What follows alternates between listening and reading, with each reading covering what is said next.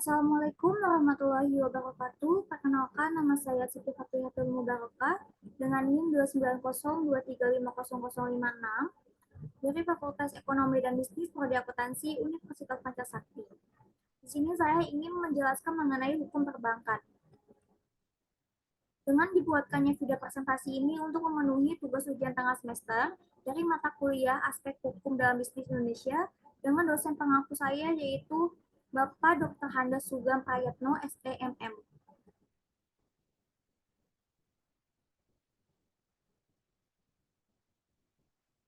Pengertian bank. Bank adalah sebuah lembaga intermediasi keuangan umumnya didirikan dengan kewenangan menerima simpanan uang, meminjamkan uang, dan menerbitkan promes atau dikenal sebagai banknot.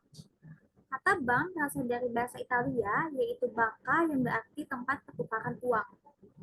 Perbankan diatur dalam Undang-Undang Nomor 7 Tahun 1992 sebagaimana telah diubah oleh Undang-Undang Nomor 10 Tahun 1998 tentang perbankan, di mana disebutkan pada pasal 1 angka 1 bahwa perbankan adalah segala sesuatu yang mencangkut tentang bank, menyangkut kelembagaan, kegiatan usaha, serta cara dan proses dalam melaksanakan kegiatan usahanya.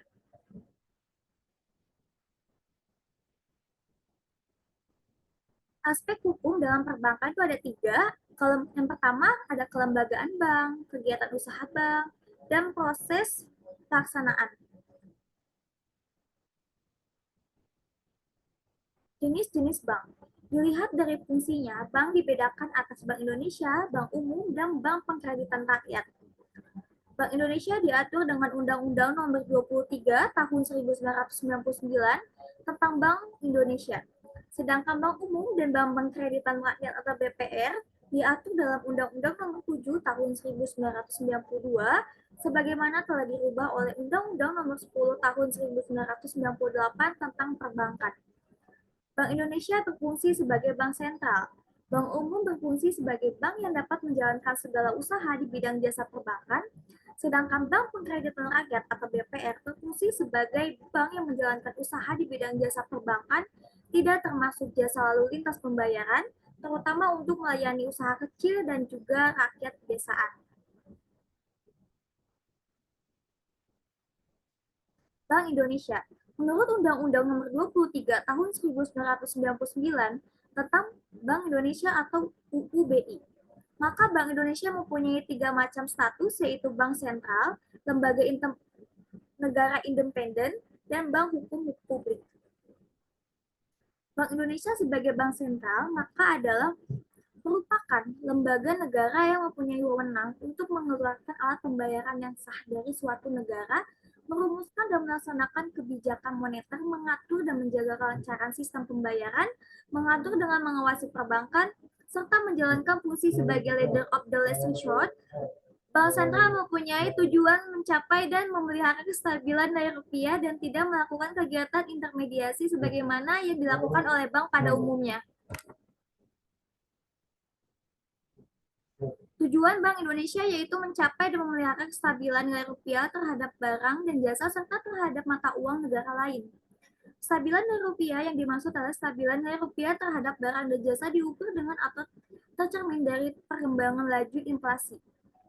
Stabilan nilai rupiah terhadap mata uang negara lain diukur dengan atau tercermin dari perkembangan nilai tukar rupiah terhadap mata uang negara lain. Stabilan nilai rupiah sangat penting untuk mendukung pembangunan ekonomi yang berkelanjutan dan meningkatkan kesejahteraan rakyat. Bank umum. Bank umum adalah bank yang melaksanakan kegiatan usaha secara konvensional dan atau berdasarkan prinsip syariah yang dalam kegiatan usahanya memberikan jasa dalam lalu lintas pembayaran, pasal 1 angka 3 Undang-Undang Perbankan.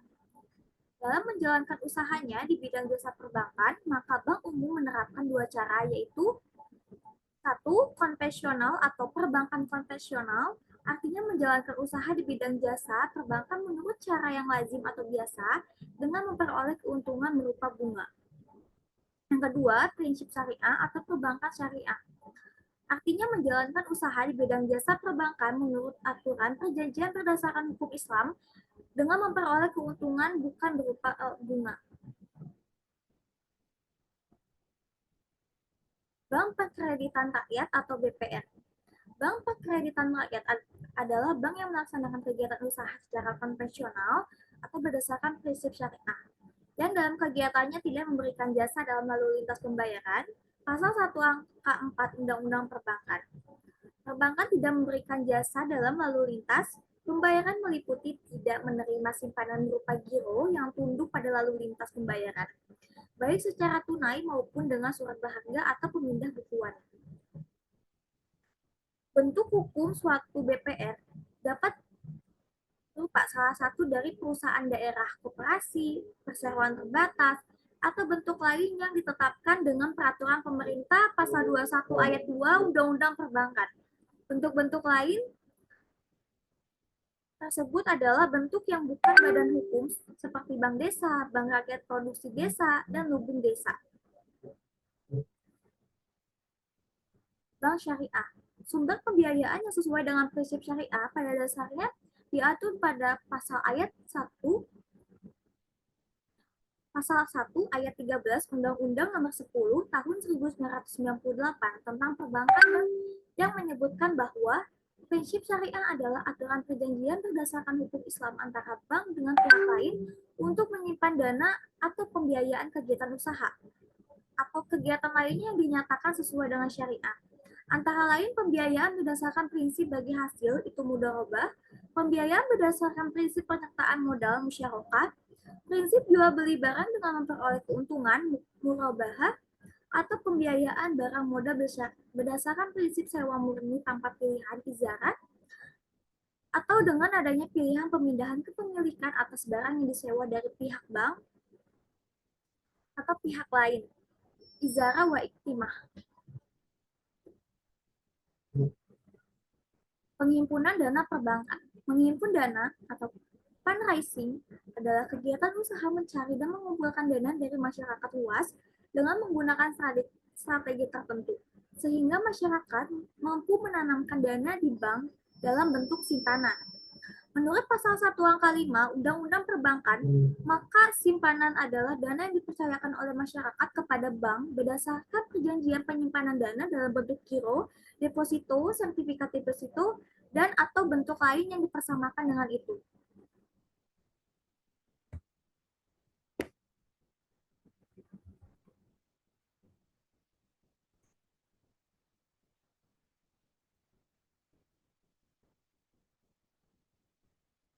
Strategi perbankan untuk meyakinkan masyarakat agar mau menyimpan dananya di bank antara lain yaitu memberikan rangsangan berupa bunga tertentu, kemudahan pengambilan kembali dana, menerbitkan sekuritas sekunder, jaminan keamanan atas dana nasabah, dan pelayanan cepat, fleksibel, dan juga memuaskan.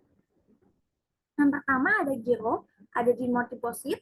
Giro adalah simpanan yang penarikannya dapat dilakukan setiap saat dengan menggunakan cek, dilihat giro, sarana perintah pembayaran lainnya, atau dengan pemindah bukuan. Yang kedua, ada deposito berjangka atau time deposit. Deposito berjangka adalah simpanan yang penarikannya hanya dapat dilakukan pada waktu tertentu berdasarkan perjanjian antara nasabah dengan penyimpan bank.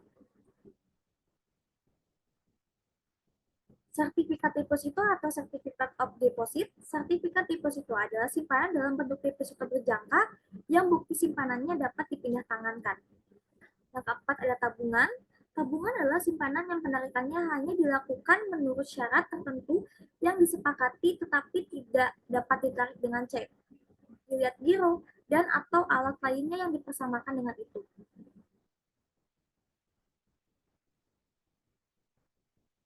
Kredit perbankan. Sumber pembiayaan melalui kredit perbankan atau pinjaman bank, yaitu loan, merupakan salah satu sumber dana yang sangat populer dalam kegiatan usaha. Pinjaman tersebut dapat berupa pinjaman yang berasal dari salah satu bank ataupun dari beberapa bank yang disebut dengan kredit sindikasi atau syndicated loan. Pemberian kredit perbankan pada umumnya juga berpedoman pada dua prinsip yang sangat penting, yaitu satu, prinsip kepercayaan. Kepercayaan terhadap kemampuan nasabah tersebut untuk membayar kembali utang kredit berikut bunga dalam jangka waktu yang telah ditentukan. Kepercayaan terhadap kemampuan nasabah tersebut untuk membayar kembali utang kreditnya berikut bunga dalam jangka waktu yang sudah ditentukan. Prinsip kehati-hatian atau prudential prinsip yang harus dimiliki oleh bank dalam menjalankan usahanya harus menerapkan secara konsisten seluruh persyaratan dan ketentuan perundang-undangan yang berlaku, terutama dalam hal ini pemberian kredit yang berpedoman pada prinsip kepercayaan dengan berdasarkan pada itikat baik. Macam-macam klasifikasi kredit bank. 1. Kegunaan dari kredit. Kredit investasi atau investment loan sebagai pembiayaan usaha yang memerlukan dana dalam sejumlah yang besar dalam jangka waktu yang lebih lama. 2. Kredit modal kerja atau produktif loan sebagai pembiayaan peningkatan produksi. 2. Tujuan dari kredit. 1. Kredit konsumtif atau customer loan untuk memenuhi kebutuhan pribadi atau keluarga seperti kredit perumahan. 2. Kredit produktif atau produktif loan untuk meningkatkan kegiatan atau produksi suatu perusahaan. 3. Jaminan kredit. 1. Kredit dengan jaminan secured loan yang dilindungi dan didukung oleh jaminan yang nilainya sama dengan jumlah kredit. 2. Kredit tanpa jaminan atau insured loan yang tidak didukung oleh jaminan apapun dan hanya mengandalkan kepercayaan. 4. Jangka waktu dari kredit. 1. Kredit jangka pendek atau short term loan yang sangat berjangka waktu pengembaliannya kurang dari 1 tahun. 2. Kredit jangka menengah atau medium term loan yang jangka pengembaliannya hanya 1 tahun sampai 3 tahun. 3. Kredit jangka panjang atau long term loan yang jangka waktu pengembaliannya lebih dari 3 tahun. Tahap-tahap yang harus dijalankan oleh pemohon kredit. 1. Pemohon kredit. Pemohon kredit atau aplikasi kredit disyaratkan untuk menampilkan dokumen-dokumen seperti akta pendirian perusahaan, identitas, KTP para pengurus, tanda daftar perusahaan atau PDP, nomor pokok wajib pajak NPWP, serta neraca dan laporan laba rugi 3 tahun terakhir, fotokopi sertifikat yang dijadikan sebagai jaminan dan dokumen-dokumen tambahan lainnya. 2. Analisis dokumen. Dokumen-dokumen tersebut kemudian dianalisis oleh Kepala Bagian Kredit atau Account Officer berdasarkan ketentuan-ketentuan yang berlaku dalam bank yang bersangkutan. 3. Persetujuan kredit. Hasil analisis kredit tersebut kemudian disampaikan kepada direksi bank dan diperiksa oleh komite kredit untuk diteliti dan kemudian ditentukan apakah disetujui atau ditolak. Keempat, ada yang namanya perjanjian kredit. Perjanjian kredit itu sendiri merupakan perjanjian yang berfungsi sebagai perjanjian pokok, sehingga perjanjian lain seperti perjanjian jaminan merupakan perjanjian aksesori. 5. Pencairan kredit. Rekening kredit yang sudah ditandatangani penarikan kredit sudah selesai dengan kebutuhan proyek dan jadwal pembangunan. Permohonan pencairan kredit yang didukung oleh dokumen yang diperlukan dan masyarakat kredit sesuai dengan yang ada dalam perjanjian kredit. 6. Pengawasan kredit.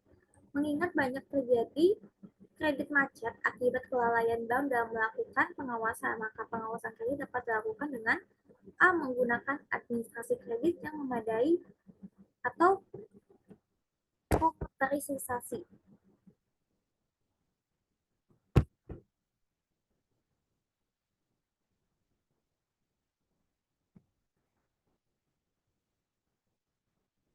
Lalu yang B, kewajiban pemohon kredit memberikan laporan secara berkala menyangkut produksi, penjualan, utang dan piutang, laporan neraca rugi dan laba, dan laporan tenaga kerja. C. Kewajiban account officer untuk mengunjungi proyek penerima dana. D. Konsultasi manajemen yang terprogram antara penerima kredit dan bank.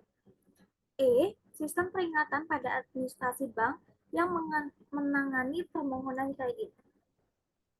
7. Pelunasan penyelamat kredit dan kredit bermasalah. Apabila penerima kredit telah memenuhi kewajibannya dengan membayar bunga dan membayar lunas seluruh utang pokoknya sesuai dengan jadwal dalam perjanjian kredit, Maka kreditnya dinyatakan lunas dan jaminan yang dipegang oleh bank akan dikembalikan kepada penerima kredit. Hal ini disebut pelunasan kredit. Kredit bermasalah. Surat keputusan direksi Bank Indonesia nomor 31 147 KFP DIR tanggal 20 November 1998 telah mengelompokkan kolektibilitas kredit yang dilihat dari kemampuan membayar penerima kredit menjadi 5, yaitu 1. Kredit lancar atau pas, yaitu pembayarannya tepat waktu. 2.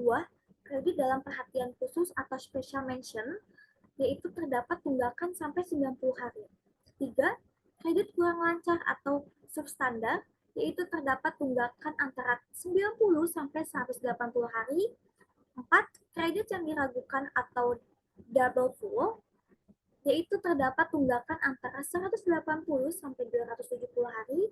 5. Kredit macet atau loss, yaitu terdapat tunggakan pembayaran utang pokok dan bunga yang melampaui 270 hari. Kredit bermasalah.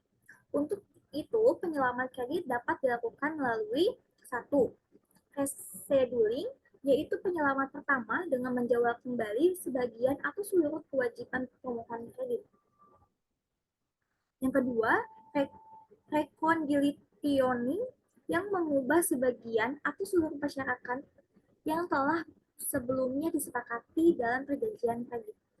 Ketiga, restructuring, yaitu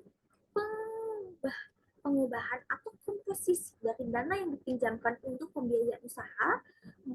Rescheduling, reconciliationing, dan restructuring, yaitu penyelamat pada penerima kredit yang mengalami kesulitan dalam melaksanakan kewajiban pembayaran pada bank.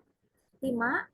Execution, yaitu merupakan tindakan terakhir apabila tindakan lain tidak ada yang berhasil dan bank dapat menyerahkan pengurusan kredit tersebut kepada urusan piutang negara sesuai dengan Undang-Undang Nomor 49 PRP tahun 1960 tentang panitia urusan piutang negara atau penyerahan perkakas tersebut ke pengadilan negeri. Dalam menyelesaikan kredit macet, bank dapat menyerahkan penagihan kepada kejaksaan berdasarkan Undang-Undang Nomor 51 Tahun 1991 tentang Kejaksaan Republik Indonesia. Rahasia bank.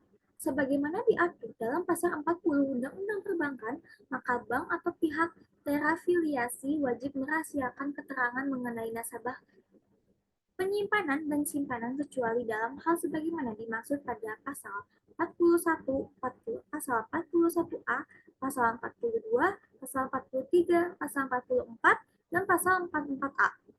Nasabah penyimpan adalah sumber dana bagi bank. Oleh karenanya wajar jika undang-undang mengatur agar bank melindungi nasabahnya. Namun demikian, dalam hal ini bank menghadapi nasabah penyimpan yang beritikat jahat. Misalnya dengan melakukan tindakan tercela dengan menerbitkan cek atau giro kosong, maka bank tidak perlu ragu melakukan tindakan blacklist dan melaporkannya kepada Bank Indonesia selaku pengawas dan pembina perbankan. Penegakan hukum yang tegas justru meningkatkan kepercayaan masyarakat terhadap bank. Pengecualian rahasia bank 1 untuk kepentingan perpajakan pasal 41 ayat 1 Undang-Undang Perbankan. 2. Kepentingan penyelesaian piutang bank pasal 41A Undang-Undang Perbankan. 3. Untuk kepentingan peradilan pidana pasal 42 Undang-Undang Perbankan. 4. Untuk kepentingan perkara perdata pasal 43 Undang-Undang Perbankan. 5. Untuk tukar menukar informasi antara bank pasal 44 Undang-Undang Perbankan. 6. Pemberian keterangan atas persetujuan nasabah pasal 44A Undang-Undang Perbankan. Pelanggaran rahasia bank adalah perbuatan memberikan keterangan mengenai nasabah penyimpan dan simpanannya secara melawan hukum, bertentangan dengan Undang-Undang Perbankan, atau tanpa persetujuan nasabah penyimpan yang bersangkutan. Pelanggaran rahasia bank dapat dilakukan karena paksaan pihak ketiga atau karena kesengajaan anggota, dewan komisaris, direksi, pegawai bank, atau pihak terapialisis lainnya. Demikian presentasi dari saya, semoga bermanfaat untuk kalian semua. Kurang lebihnya mohon maaf. Wassalamualaikum warahmatullahi wabarakatuh.